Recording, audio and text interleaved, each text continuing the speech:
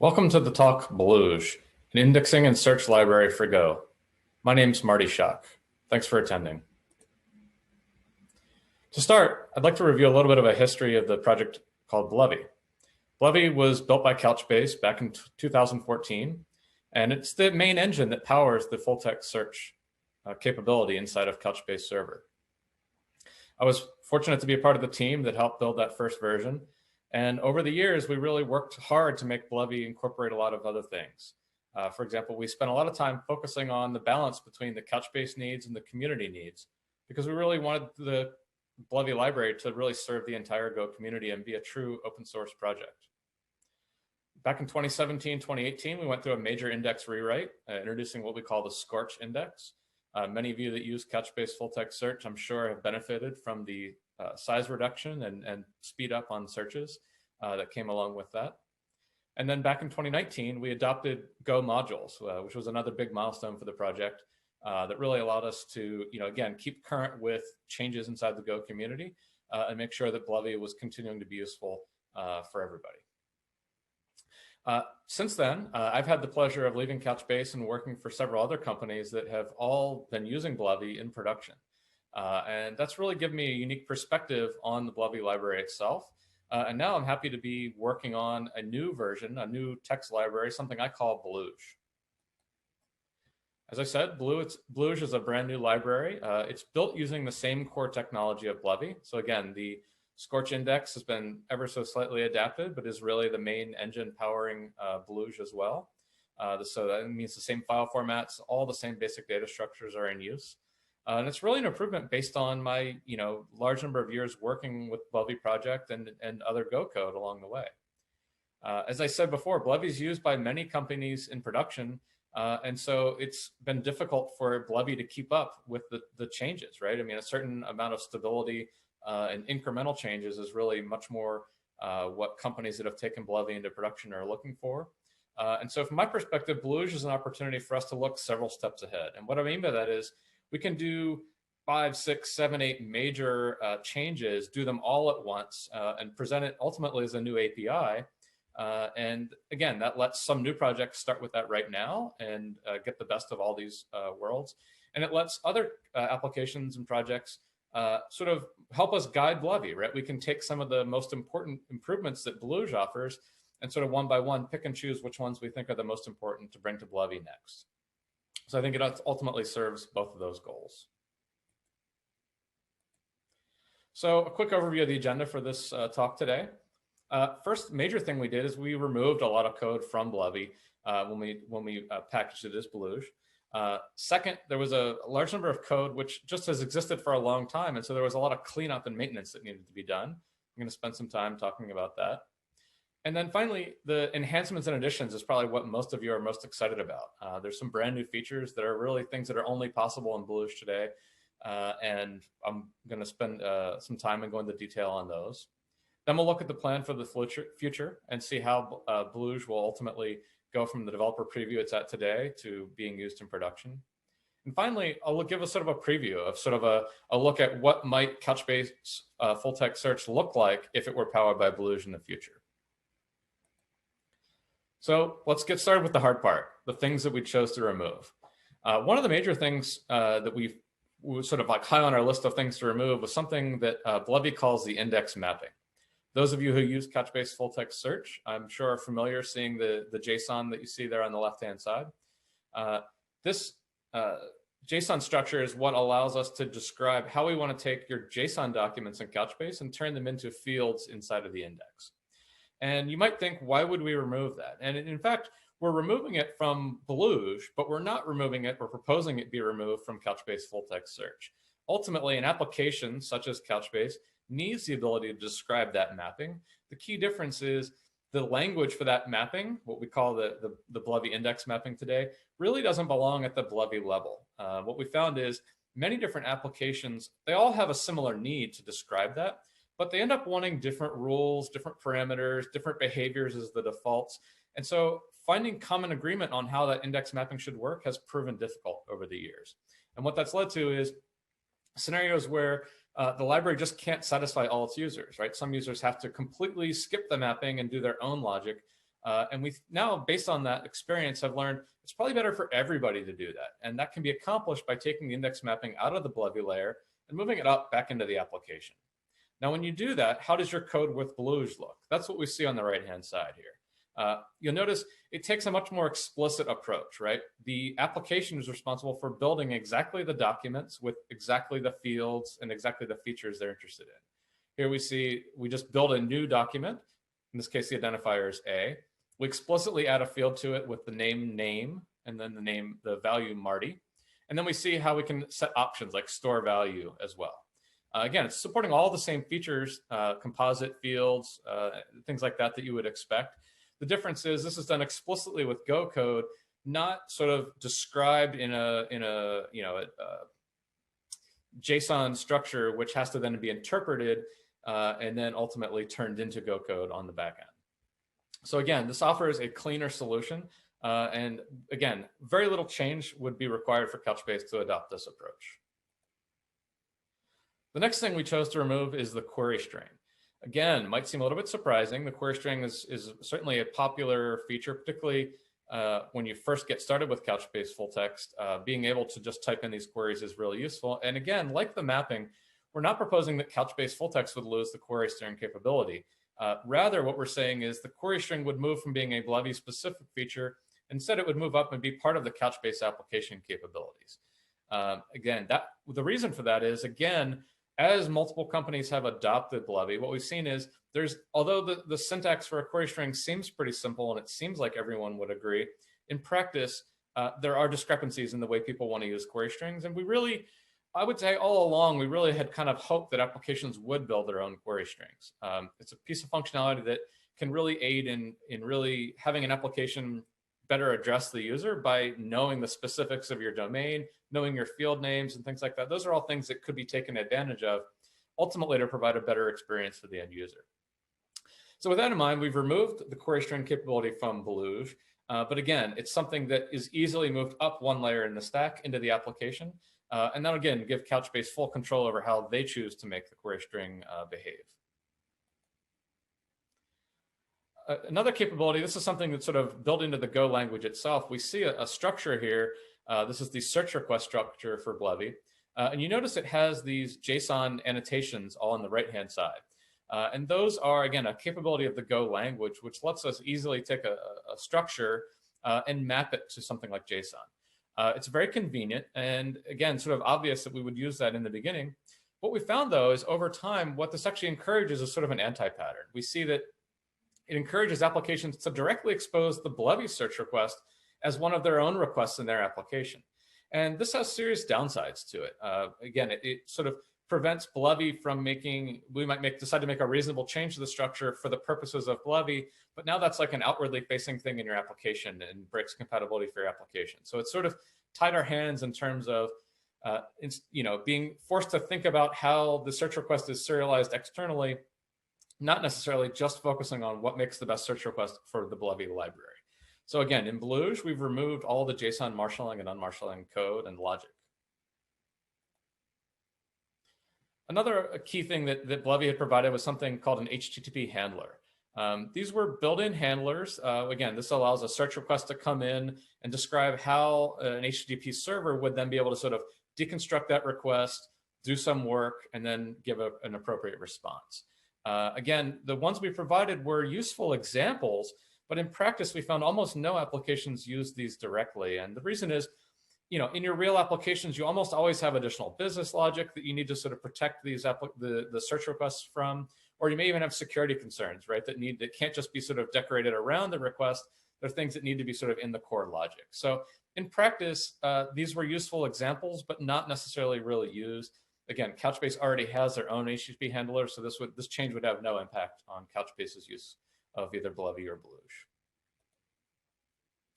Another component we have in Bleve is something called a registry. The registry would let us take pieces of functionality like an analyzer or a token filter and give them a string identifier. And then we would sort of register that identifier so that other pieces of code could refer to it, not with like a pointer or some sort of Go reference, but instead by using that text reference of the string.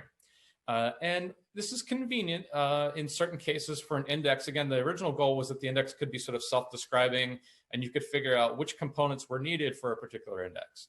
A worthy goal, but unfortunately, it doesn't really help meet that goal.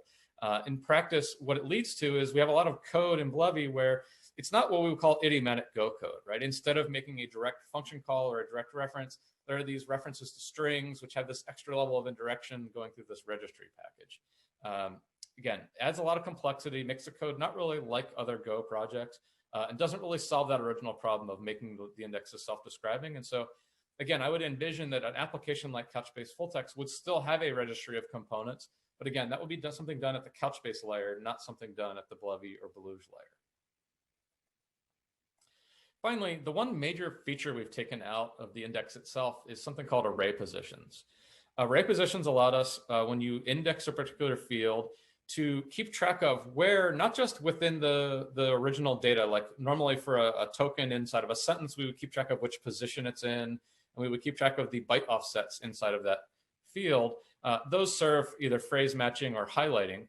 But the array positions allowed us, when you're indexing a value which is in an array, to keep track of which position in the array did the value come from. And it turns out we'd never actually exposed any search capabilities which took advantage of that indexing, right? So we were adding to the size of the index to record this additional information, but in practice, there was no search capability which actually used that data, right? So that was sort of just wasted space. We had plans to add it, we never did, and by now we're able to say, you know, maybe there's other ways of accomplishing that same capability that we had been thinking of.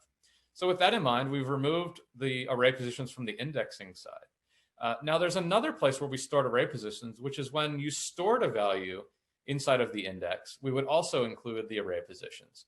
This was useful in certain cases where you were attempting to sort of reconstruct the original document as you pulled the data back out of the search index. Again, although that capability has been removed directly, in Bluge, the stored values are more opaque, and we kind of let you store whatever you want. So our thinking here is, for an application like Couchbase, if they decide they still want to have the ability to store array positions with the values, you can always accommodate that by just having your own encoding for those stored values and address the same problem that way. So again, we think this will have minimal impact to Couchbase, but maybe not no impact, something that could be worked around in a different way. And that wraps up the major pieces that we've removed from Bleve when building Bluge. Now we're going to turn to the additional pieces of code that we decided needed to be cleaned up or sort of maintained in a different way going forward.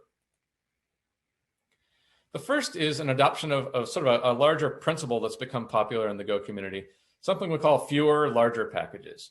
On the left-hand side here, you see a list of folders, which are ultimately separate packages inside the Go project. And these are, in this case, token filters. And what we found is we had a lot of them. As you see, there's about 15 listed here.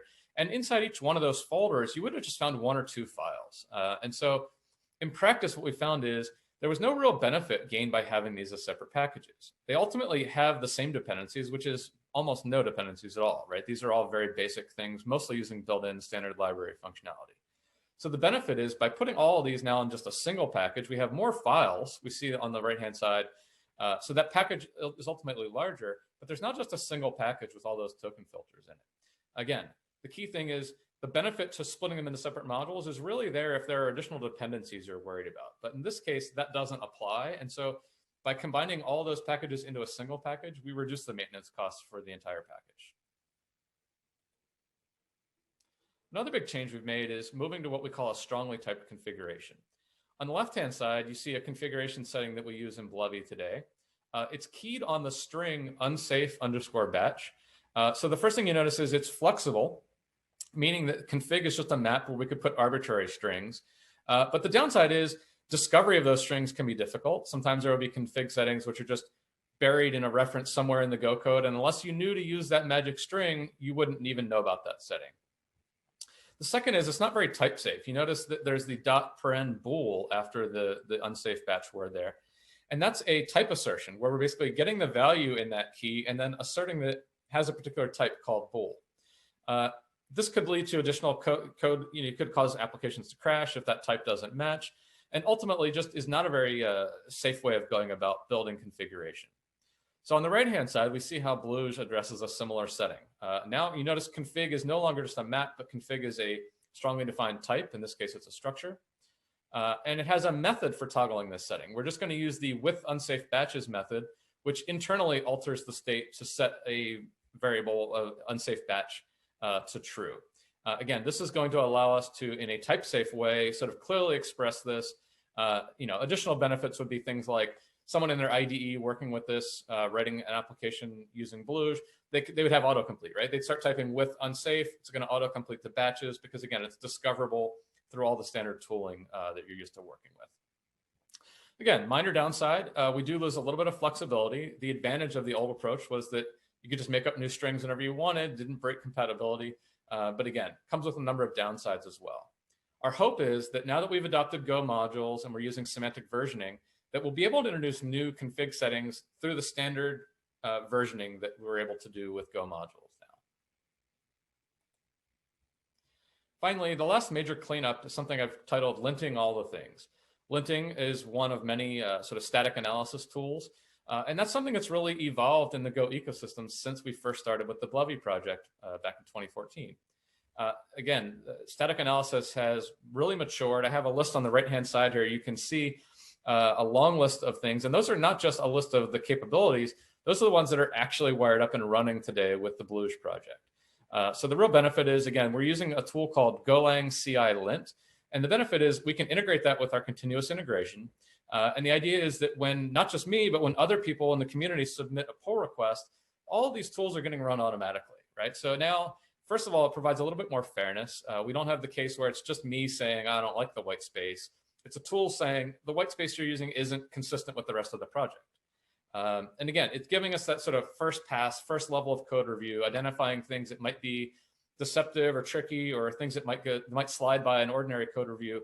It gives us that sort of first sanity check. It's a very powerful suite of tools. It did take a fair amount of work for us to get the existing code base to pass all these tests. But again, we're going to be starting Bluge with a clean slate. So it's going to be passing all these tests. We're not holding new code coming into the project to any higher standard. Everything's going to be passing these set of rules, out of the box. Again, I think this is one of those things that it seems small. It took a little bit of cost for us to get it all up and running, but the benefit going forward is really pretty great. And so now I'm going to turn to talking about the new features. These are probably the more interesting parts of this talk. And so let's just dive right in. The first is something I'm calling a directory abstraction. Previously, in the Bleve project, inside of the Scorch folder or the Zap folder, there are various places where the code would make references to the file system, right? It would be opening a file, saving a file, mapping a file. And that was done just sort of as needed. If you needed to access the files here, that's where you did it. And what we've found over time is there's benefits to having that going through a much more standard interface.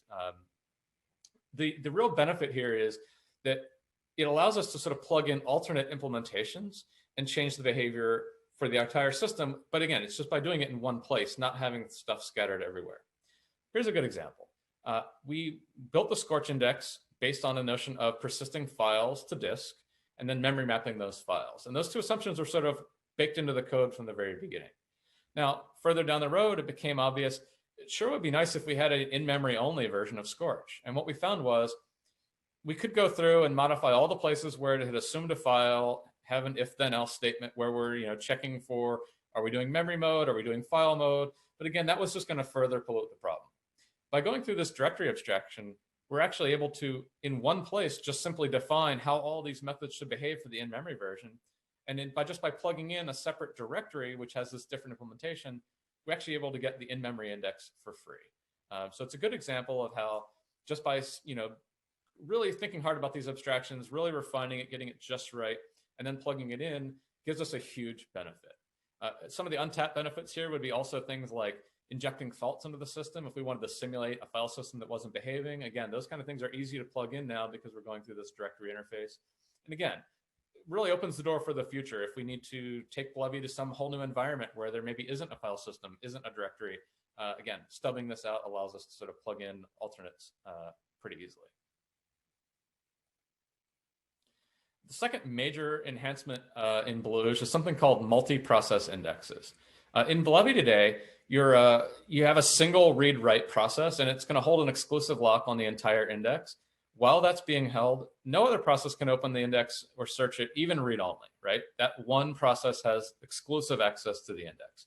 And this can be really limiting for a lot of different scenarios. It means ultimately, if you need multiple processes to access the index, you have to use inter-process communication to sort of navigate that. And that can be quite cumbersome. It does work. Obviously, Couchbase uses that today, and many other applications use that today. But it's an additional burden that really is kind of holding back Bleve. The design we're going with is one, it's not new or anything we came up with. It's inspired by what Lucene and SQLite do. Basically, we're using the operating system provided file locking capabilities to allow a single writer process, but also allow at the same time multiple read-only processes. And so again, the real benefit here is that the read-write process works just like it always did in Bleve, right? It can read the index, it can write the index, and when I say it can read the index, because it owns the writing process, its searches are able to search the in-memory only structures that are unique to that process. The external processes, which we've now enabled to do read-only access, they're able to only search through the most recently persisted to disk data. It's still very useful, but again, it's going to be slightly higher latency relative to what the read-write process can access. Again, this is a huge improvement. You're going to see how this shows up in a couple other places later in the presentation. The next one is a direct result of that. Today, Bleve has no online backup capability. Your only option is to close the index, back up the files, and then reopen the index. That means downtime, and like I said, in today's world, that's just not an acceptable solution. The combination of the new directory abstraction and the read-only access to the indexes really opens us up to a new interesting capability. Let's start with the directory abstraction.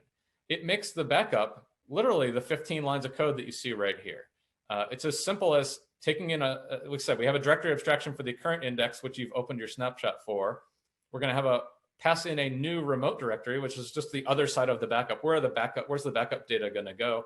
That's just another instance of a directory. So you can think of it as we're taking data, copying it from one directory implementation and writing it into another directory implementation. So again, we could have a read-only access to this first index snapshot, and then we have a read-write where we're backing up to. Again, and it's simple as we're iterating over the segments using the persist method. Again, that's a capability provided by the directory. And then we're going to go to so these are the segments with the actual index data. The snapshot is the metadata for the index.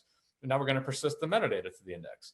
So again, I'm not lying to you. The backup method is as simple as these 15 lines. All the power is being leveraged by the fact that we had that directory abstraction. And again, you can now do backups out of process. So again, your main read-write process won't even know a backup's taking place. External to that, you could be doing this backup from another process. And again, that's powered by those read-only indexes that we just described. The next major enhancement is something called BM25 scoring. I know many of you that use Couchbase Full-Text Search have probably been asking for this for a while. Bleve today uses TF-IDF, which stands for Term Frequency Inverse Document Frequency. And as I said, Bluge has adopted the BM25 scoring. Conceptually, they're not that different, right? They're actually pretty similar. They're basically, similar in nature, right? They're looking at how frequently does a document use a term versus how often is that term used in the rest of the document population. There's two main differences.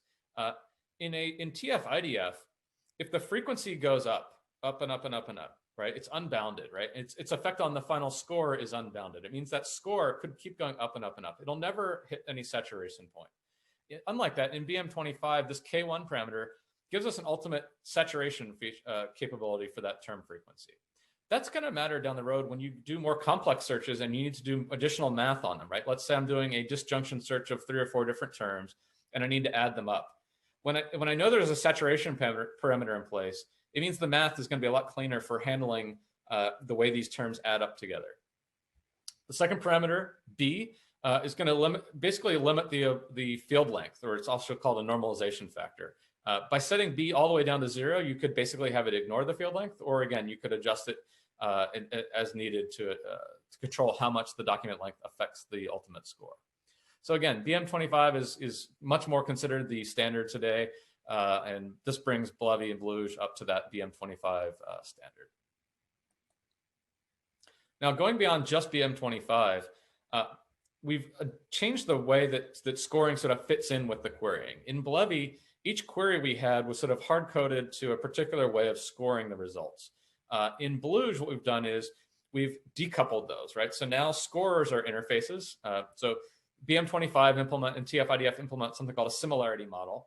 That affects scores, but also some of the data we read into the index. Then at search time, we use two interfaces, a scorer and a composite scorer, to do the actual scoring.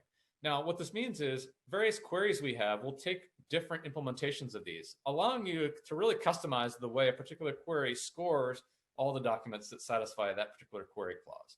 Again, we're not going to go into too much detail on this today, but this really opens the door for the future for us to offer new scoring models or new ability for a user to say, pass in a JavaScript function which does some custom scoring. That was never possible before, but that could fit into this model that we see here. And the major new enhancement that we've got to talk about today is something called aggregations. The Bleve project had something called faceting. It was really kind of limited.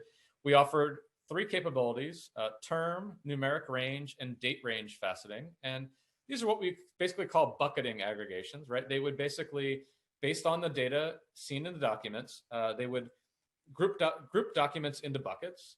And then they would basically just provide a single metric on those buckets. It just would let you to compute a count, right? How many documents sort of fell into that bucket. And that was the extent of what Bleve offered. There were obviously requests for us to expand that, but as the feature was implemented, it was difficult to really grow beyond that. In Bluge, we've done a complete rewrite for this, and again, it's much more broad and something we call an aggregation framework now. So to start, we still have the same capabilities we had before. We have term, numeric range, and date range bucketing. Again, the idea is that based on field data inside your documents, you're going to be able to distribute the search results into these buckets. And of course, you can continue to compute count. But if you see under metrics, in addition to count, we also have min, max, average, and weighted average. Now, not all those metrics necessarily make sense for all data types. Again, if you're, let's say, grouping things by term, only count really makes sense there. But on the other hand, you're looking at documents and computing those values, those metrics on other field values, say a numeric value, then min, max, average, weighted average all makes sense. A couple other things to note. I called out sources here as separate. In Bleve, the source for all those aggregations or facets, as we called them, was always just a single field value, right? So you had to work directly with the field value that was stored in the index. In Bluge, we've added another abstraction. Field values can be one possible source.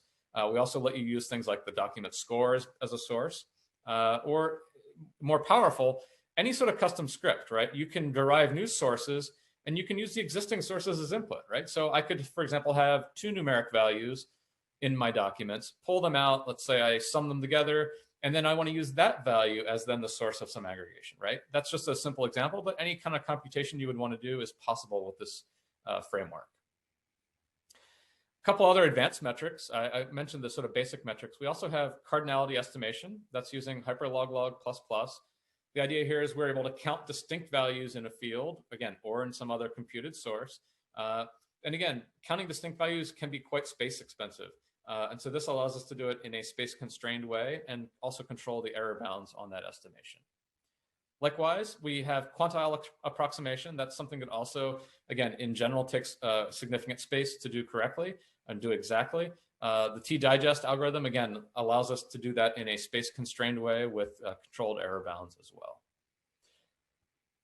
Finally, the real power here is, even everything I just said is already pretty awesome, but the real power here is you can nest these things as desired, right? With the Bleve faceting, it was just a one-level flat thing. Create buckets, attach metrics to buckets, and again, there was only the count metric at that time. Now, your buckets can have these new advanced metrics attached to the buckets inside of those, right? And then you can even nest those further. You could have new buckets, like sub-buckets inside of buckets. So that's so powerful. I think it'd be helpful if we gave an example. So let's take a look. This is an example. Again, it's based on the beer sample data set. If you're not familiar with it, it's a collection of documents that describe beers and breweries. We're only going to be searching the beers in this example. Further, each beer has a style associated with it, right? So again, it's styles of beers. Again, the examples here look pretty limited, but there's a full range of various styles that they're associated with. The data set has about 5,000 some beers. I've additionally adjusted the query we're running for this to filter out beers that have an ABV or alcohol by volume of 0. I did that because it sort of messes up the median calculation on the right-hand side. And so to sort of simplify that, I filtered out, we're only running this search on beers that have a non-zero ABV value. So what does this do? We're creating what's called a terms aggregation on the style field. Again, we've indexed the style field with a keyword analyzer, and that's important because the styles you see here do have multiple words, right? So it's important that we keep track of these individually as just sort of a single token, which the keyword analyzer will do for us. The terms aggregation is basically, it's searching through all the documents that have a non-zero ABV, as I described. And you can think of it as like a group by. If you're used to nickel or SQL syntax, this is like a group by on the style field. And for each of those documents, they basically fall into buckets based on their value for the style field. Now, the count column you see here is a basic count of how many beers had that particular style. But as I said earlier, now we're able to do something cool, which is to nest these advanced metrics like the quantile estimation or approximation into these dynamic buckets that are created based on those styles. So here you see I'm able to compute the median ABV, the 99th percentile ABV on each of those individual buckets. And again, we can see how that varies based on the type of beer, as one might expect. So that's the capability, but I want to spend a little time and just look at how does the code look to do that. So to get started, I mentioned that the base query that we're running for all of these is a numeric range query, and it's just filtering. I want things between 0 and infinity for ABV, but you notice I'm setting inclusive to false because I don't want to include things that actually have a value of 0. I want things greater than or equal to 0. And again, we're restricting that to the ABV field. Next, that's the query. We're going to then build the request, and we're telling it we want the top n hits, but we're setting n to 0. Right? And the reason is I don't actually want any of the beer data returned. I'm only interested in aggregated values computed on those beers that match, right? So I'm telling it, look, you're searching for all the beers that satisfy this query, but I don't actually want to return any of the actual beer data. I'm telling it I want the standard aggregations. Standard aggregations is things like the total number of hits, the maximum score, and the duration of the search. I've included that just for completeness here, but we're actually not using that in this example. Now I'm going to define an aggregation called style. Again, this is the terms aggregation we saw. But you're seeing another one of those powerful features I talked about. You notice the first parameter for the terms aggregation is the source of the data for the aggregation, but it's not directly just using a field. We see that the search field, which is called style facet, is actually wrapped by another source, right? So this is what we call a source, that abstraction about the source I talked about. That's referring to a field in the actual document.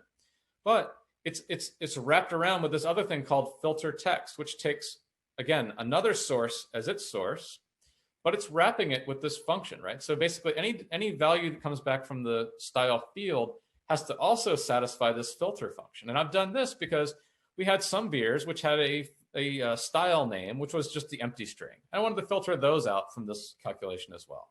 So again, those values get excluded when pulling back all the original values from the style field in the document. Now this 10 is the last argument to the terms aggregation. That's because we were computing this over the top 10 terms by count. The table I showed on the previous slide only showed you 5, but that's because only 5 would fit conveniently on that screen. Now, that just describes getting the terms, or like the group by term field that we saw. The next thing we wanted to do is we need to still have to describe the quantiles, right? So I'm going to tell this, okay, I want to do a quantile aggregation. I'm doing it directly on the field ABV.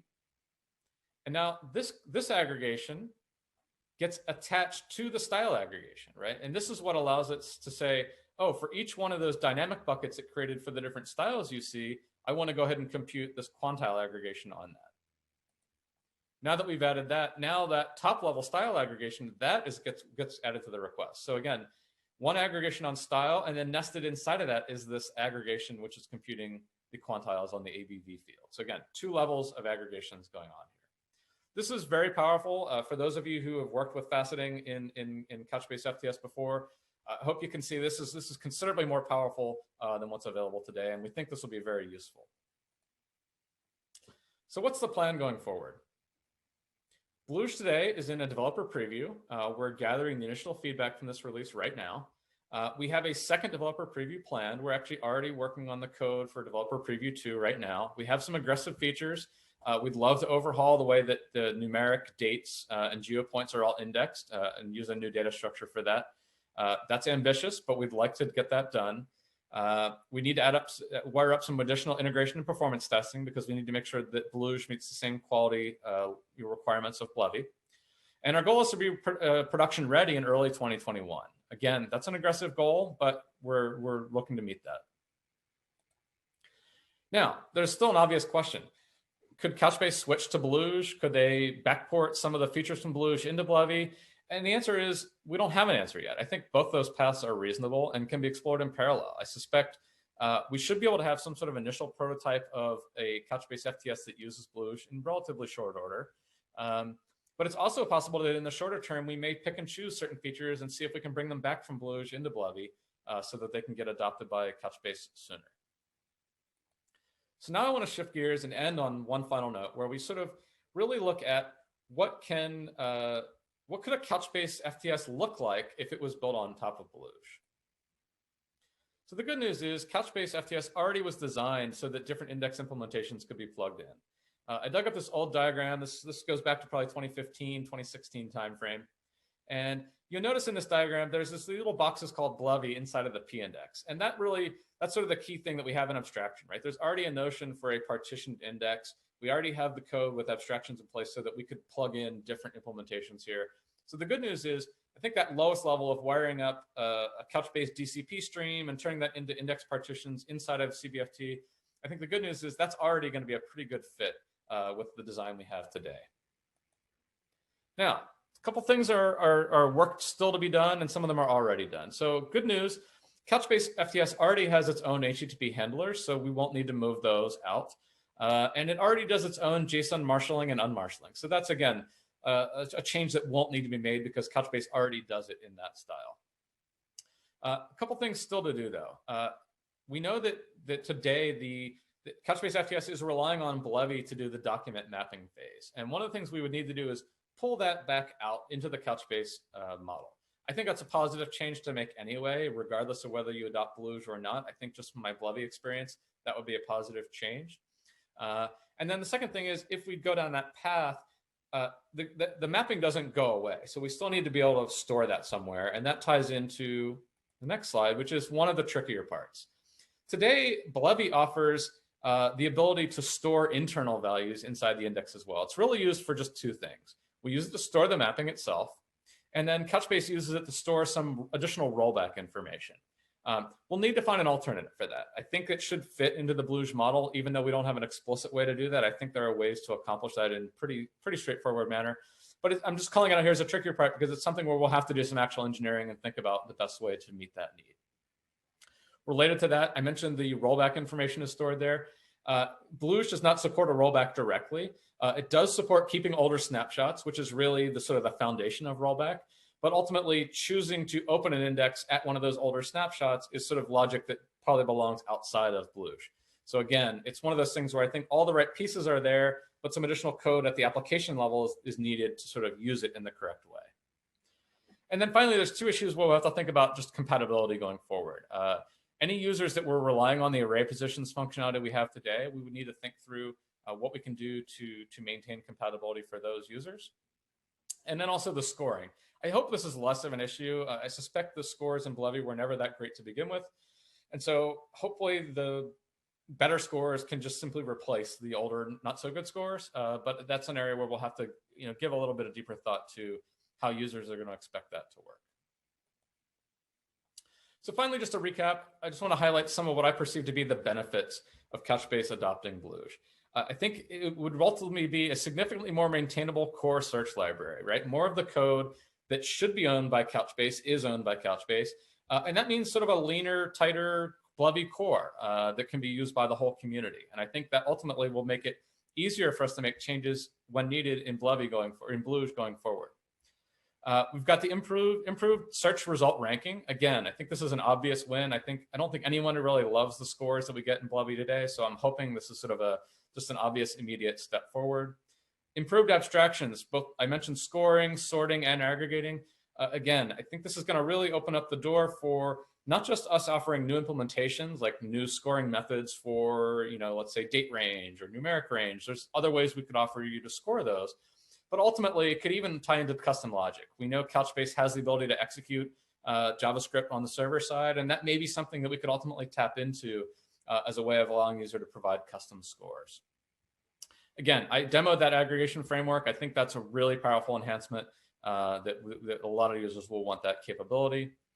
Online backup, aside from the obvious, being able to take backups of the index while it's still open, I think this could also have other applications. There might be other ways of exploring like a rebalance replication or growing the number of the replication factor of your cluster. We might be able to do that in a faster way by simply taking a backup and shipping that across the network, as opposed to, say, rebuilding the index from scratch. So there's other capabilities there that could be tied to the backup.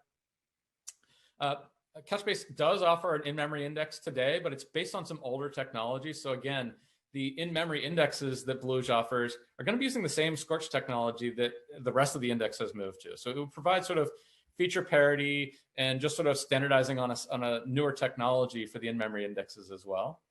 And then finally, I mentioned those read-only indexes, and I didn't really explore how Couchbase could benefit from that. One of the things we've been focusing on at Couchbase is really trying to get the number of indexes that can be supported at one time higher, right? We know that people want to create more of them in a single cluster. And this is a way where the read-only indexes would really be a way for indexes which maybe have a lower rate of mutations, or you have long periods of time where you don't have any mutations at all. These would be situations where we could close the read-write portion of the indexer and basically only keep open read-only as needed to answer search queries, right? So if you have large numbers of indexes, but many of them don't have mutations going on, those could sort of be, we could sort of close down the write portion. Obviously, there's a cost, right? There's an additional cost to restart that. So, getting the right tunables in place to make that work would be important. But again, there's a number of resources that are required for an index in the read-write mode. And when we have it in the read-only mode, we save those resources. So again, I see this as part of a few things that we could do to really reduce the resource usage for indexes in that state. So again, I think there's a lot of benefits to Couchbase if we could get them to adopt Bluge. And I look forward to working with Couchbase to make these things happen. So with that, I want to thank you for attending this talk. I'd like to thank my sponsors. I currently work for Bluge Labs doing this kind of work, and I'm supported by Couchbase as well as the individuals that you see on the left-hand side. Again, I'm able to work on this because of the support of Couchbase and those individuals. I'd encourage you to keep supporting Couchbase. Let them know how important FTS is. Let them know you want to see Bluge inside of Couchbase. And I love working on this technology, and so I hope to make that possible. Thank you all for your time.